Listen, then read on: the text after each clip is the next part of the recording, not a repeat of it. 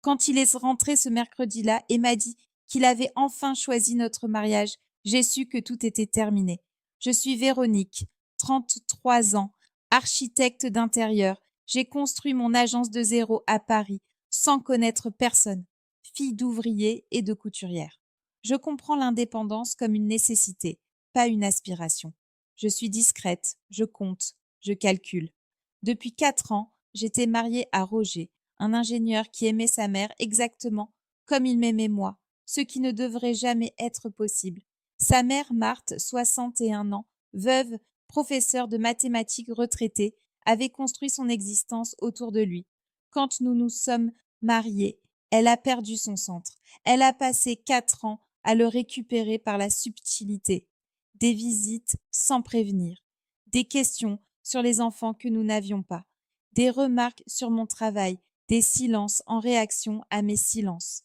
Ce soir-là, Roger rentre et me raconte comment sa mère l'a retenu à la porte et lui a dit « soit elle, soit moi ». 30 secondes de silence. Puis il répond « Maman, je choisis mon mariage ». J'écoute en silence. Il attend des embrassades, du soulagement, de la victoire. Je vais dans la chambre. J'ouvre l'armoire. Je commence à faire mes valises parce que c'est là que j'ai compris. Si sa mère a dû lui dire soit elle, soit moi pour qu'il me choisisse explicitement, quel nom donner à ces 400 fois où j'ai eu besoin d'être choisie et ne l'ai pas été? Je vous le dis maintenant, les 4 premières années, je n'ai pas vu. C'est faux, je voyais parfaitement. J'ai simplement choisi de ne pas nommer ce que je voyais, parce que nommer, c'est affronter. Et j'ai toujours eu cette maladie d'éviter les confrontations directes. Je compte, je calcule, j'attends, pas par faiblesse, par méthode. Marthe venait sans appeler, mercredi ou samedi, peu importe si j'avais du travail ou une présentation le lendemain. Elle arrivait avec des plats qu'elle avait préparés chez elle, ce qui signifiait 2 choses. D'abord, montrer qu'elle cuisinait mieux, ensuite établir que son intervention était nécessaire.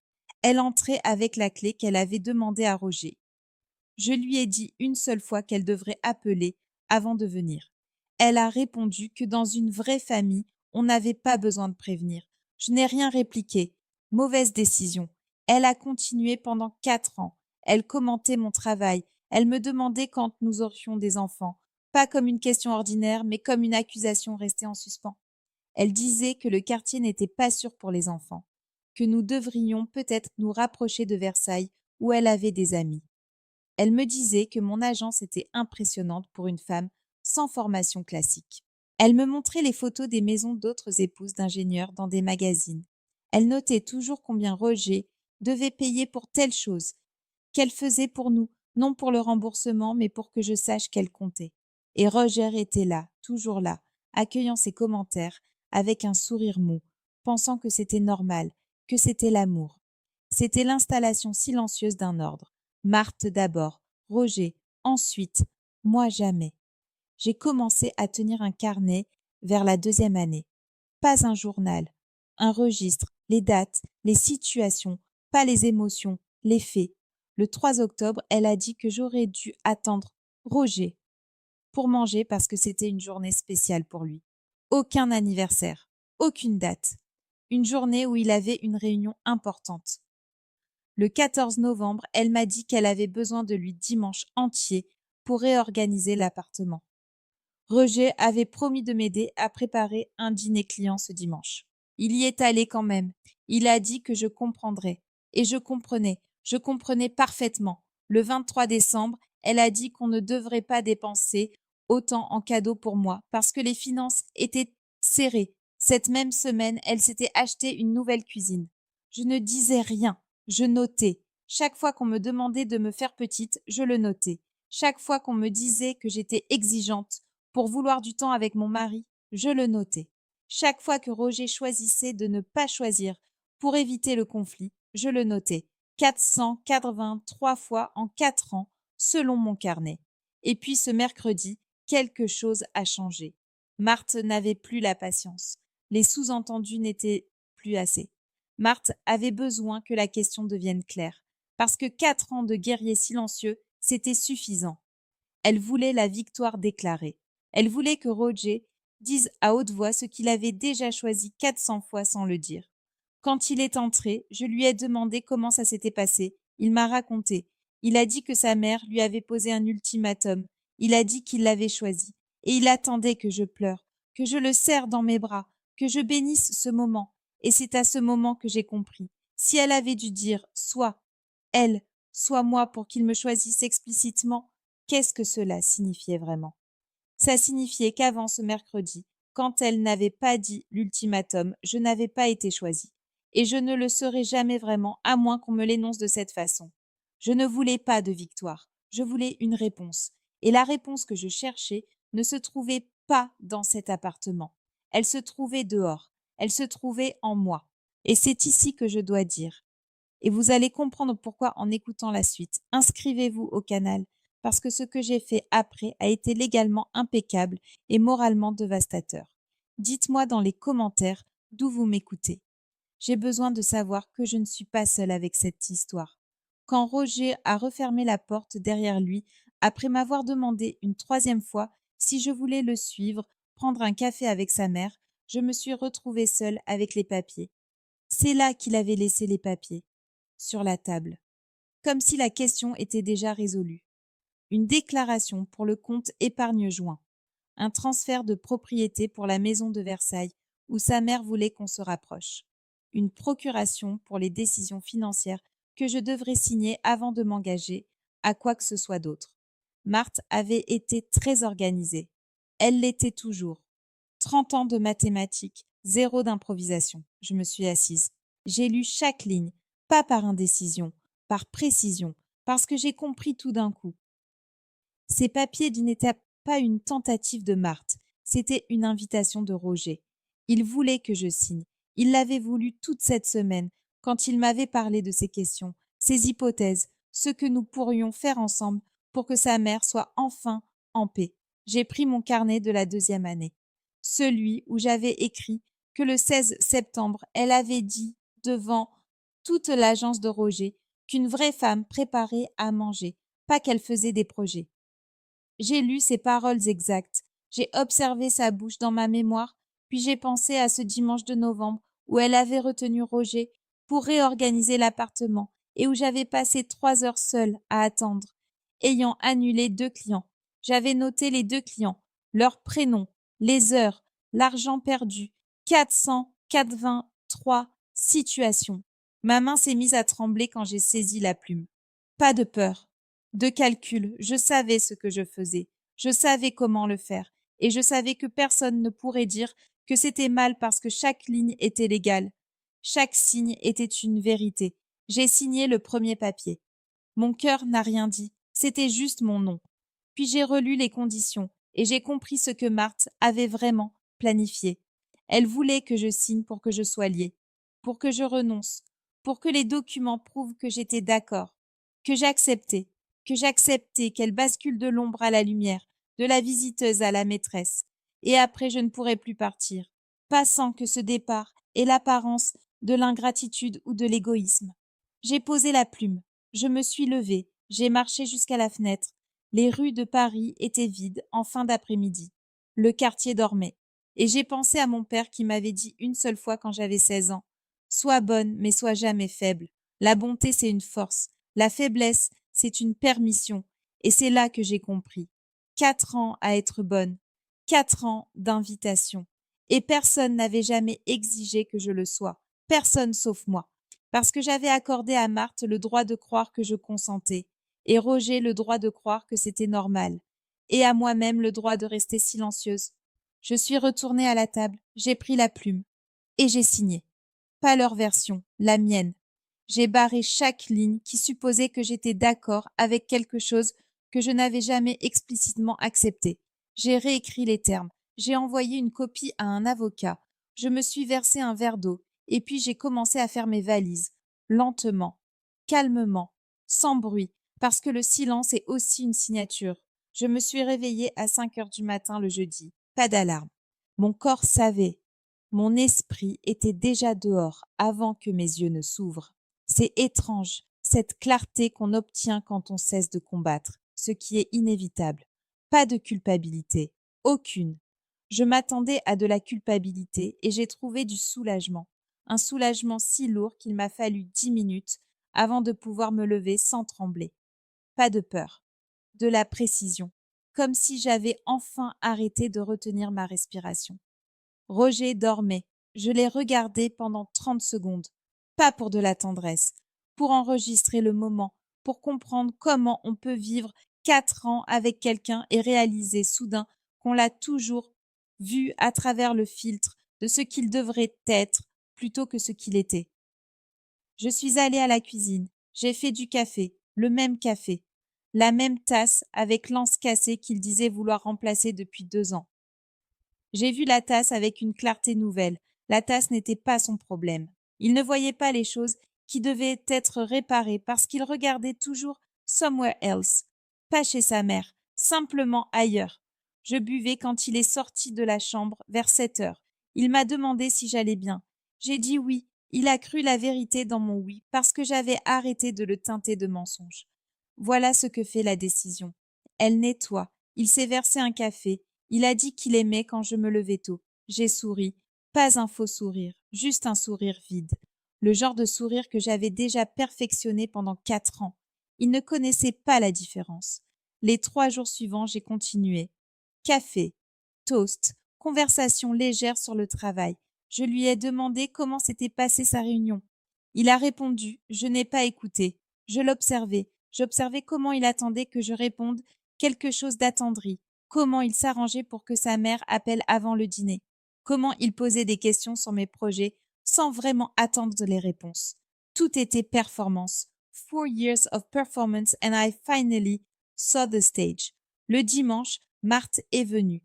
Elle a apporté un gâteau. Elle a dit qu'elle sentait que tout revenait à la normale, que les choses allaient enfin se taire, que nous pourrions tous respirer. Et je l'ai écoutée. J'ai regardé la certitude dans ses yeux, la victoire. Elle croyait vraiment que j'avais accepté, que la nuit de mercredi avait été mon moment de reddition. Elle m'a même posé sa main sur le bras et a dit que c'était courageux de ma part de me faire petite pour que la famille retrouve la paix. Qu'elle savait que ce n'était pas facile pour une femme comme moi, une femme capable, une femme indépendante, mais que parfois l'amour demande du sacrifice. J'ai retiré mon bras lentement. J'ai continué à manger le gâteau. Et j'ai souri en pensant à mon avocate qui m'avait dit le samedi que les papiers étaient prêts, que tout était en place, que ce n'était pas une question de sacrifice, c'était une question de précision. Le dîner chez les parents de Roger avait été prévu depuis 3 semaines. Samedi, 19 heures. Pas une occasion ni une proposition. Une date devant laquelle on n'argue pas. Marthe avait organisé le menu, la table, l'heure à laquelle Roger devait apporter le vin. Elle avait même écrit à Véronique pour demander si elle préférait la nappe blanche ou ivoire. Geste de courtoisie qui était en vérité une démonstration de contrôle. Je lui ai répondu ivoire. Elle aurait choisi blanc. J'ai senti venir le jugement silencieux à travers ma réponse. J'ai mis la robe que Marthe préférait, celle qui minimisait mon allure plutôt que de la valoriser. Les escarpins beiges qu'elle avait commentés en disant qu'ils me vieillissaient un peu, ce qui était sa façon de dire que c'était bien ainsi. Je me suis regardée dans le miroir. Pas de colère, aucune, juste une observatrice notant comment on peut se transformer en sculpture de ce qu'on ne souhaite pas être. Puis j'ai pensé au papier signé chez l'avocate, aux 3 copies distribuées, à la lettre recommandée qui attendait sur mon bureau à l'agence. Et j'ai souri. Ce sourire qui ne touchait pas les yeux. Celui-là même qui avait trompé Roger pendant 4 ans. L'apéritif s'est déroulé comme prévu. Marthe a versé le vin. Roger s'est assis en attendant que je complimente la décoration. Je l'ai fait. Elle a dit que c'était peu, mais que c'était sincère. Marthe interprétait toujours les compliments minimaux comme une victoire. Vers 20 heures, en servant la salade, Roger a mentionné qu'un collègue lui avait recommandé un avocat. Pour des questions d'héritage. Il a dit cela en mangeant, naturellement, comme on mentionne le prix d'une baguette. Je me suis figée pendant 2 secondes. Pas assez pour être visible, juste assez pour enregistrer que quelque chose était en mouvement que je n'avais pas prévu. Marthe a levé la tête. Avocat. Le mot avait attiré son attention comme une mouche sur du sucre. Elle a demandé le nom. Roger ne se souvenait pas exactement. Elle a posé plusieurs questions sur ce que ce collègue avait dit, sur les frais, sur les qualifications. Je continuais à manger. Je continuais à respirer. À l'intérieur, j'étais déjà dehors, observant cette scène depuis un point d'où elle ne pouvait plus me toucher. Roger a remarqué mon silence. Il a dit que peut-être nous pourrions tous voir cet avocat ensemble, pour une consultation, juste au cas où. Marthe a réagi vite. Ensemble, pourquoi? Roger a bafouillé quelque chose sur la planification, sur les testaments, sur les choses sensées que les couples font. J'ai senti le moment basculer. Marthe savait qu'il y avait quelque chose qu'elle ne voyait pas, et Roger venait de lui montrer exactement où regarder. Je me suis versé de l'eau, lentement. J'ai dit que oui, consulter un avocat était une bonne idée, que j'avais d'ailleurs entendu parler de quelqu'un de très bon, quelqu'un que j'avais consulté pour des questions d'agence. C'était vrai, partiellement. L'avocate avait aussi géré d'autres choses que l'agence. Marthe a observé mon visage pour chercher du mensonge. Elle ne l'a pas trouvé parce que le mensonge exige une tension que je n'avais plus. J'avais trop à faire pour me permettre d'être tendue. Le repas s'est terminé sans autre mention de l'avocat, mais Marthe n'avait pas oublié. Je l'ai vu noter mentalement. Son expression avait changé. Pas beaucoup, juste un soupçon supplémentaire s'ajoutant à ceux qu'elle accumulait. Roger et moi avons quitté l'appartement vers 23 heures. Dans la voiture, il m'a demandé si j'avais trouvé cela long. J'ai dit non. Il a continué à parler du dîner, du plat principal, de comment sa mère avait semblé préoccupée vers la fin. Je n'ai rien dit. Je regardais les lumières de Paris passer. Chacune d'elles était une porte que je n'avais pas encore franchie. Le dimanche matin, 10 jours avant la recommandée devait arriver, Marthe a téléphoné. Elle disait qu'elle avait besoin d'un document. Quelque chose en rapport avec les revenus de Roger. Une justification de revenus pour vérifier une assurance. Elle demandait si nous avions cette année sur nous. Roger était au marché. Je lui ai dit que je pouvais chercher, que peut-être c'était à l'agence chez moi. Elle a dit qu'elle viendrait regarder avec moi. Je n'ai pas eu le temps de dire non. Elle est arrivée une demi-heure plus tard. Elle a frappé 3 coups. Je lui ai ouvert. Elle s'est dirigée directement vers l'escalier qui menait à mon bureau, comme elle le faisait toujours. Je l'ai suivie. Elle s'est assise à ma table. Elle a regardé autour d'elle. Je voyais ses yeux balayer les étagères, se poser sur le dossier qui dépassait légèrement du tiroir. Le dossier blanc. Celui qui contenait les contrats modifiés. Elle s'est levée. Elle a dit qu'elle aimait bien comment j'avais organisé l'espace. Aucun espace ne devrait être aussi organisé. Elle a placé sa main sur le tiroir. Pas pour l'ouvrir, simplement pour poser sa main dessus, comme on pose une main sur un trésor entrevu. Je suis restée immobile, je l'ai regardée et j'ai attendu. Elle a respiré, elle a retiré sa main. Elle a dit qu'elle ne devrait pas être là, que c'était indélicat de sa part de venir sans prévenir, que peut-être Roger aurait préféré. Elle mentait, elle aimait les arriver sans prévenir. Elle aimait pouvoir nous trouver en dehors de nos arrangements. Mais elle avait senti quelque chose qui s'était fermé à elle. Et ce fermeture était plus terrifiant qu'une porte verrouillée. J'ai ouvert le dossier des revenus. Celui-là était réel. Je le lui ai donné. Elle l'a pris. Elle l'a examiné. Elle a posé des questions sur certains chiffres. Ceux-ci aussi étaient des mensonges. Elle savait lire les documents comme personne. Mais cette fois, elle savait qu'elle ne voyait que ce que je lui permettais de voir. Nous sommes redescendus. Roger était revenu du marché. Il avait acheté des fraises. Marthe a dit qu'elles n'étaient pas assez rouges. Roger a répondu qu'elles étaient parfaites. Elle a souri, pas un vrai sourire. Elle l'a rassemblé dans un sac. Elle a dit qu'elle devrait partir, que peut-être nous pourrions tous dîner la semaine prochaine. Roger a dit que oui. J'ai dit que j'étais occupée cette semaine-là. Marthe a regardé Roger. Roger a regardé moi.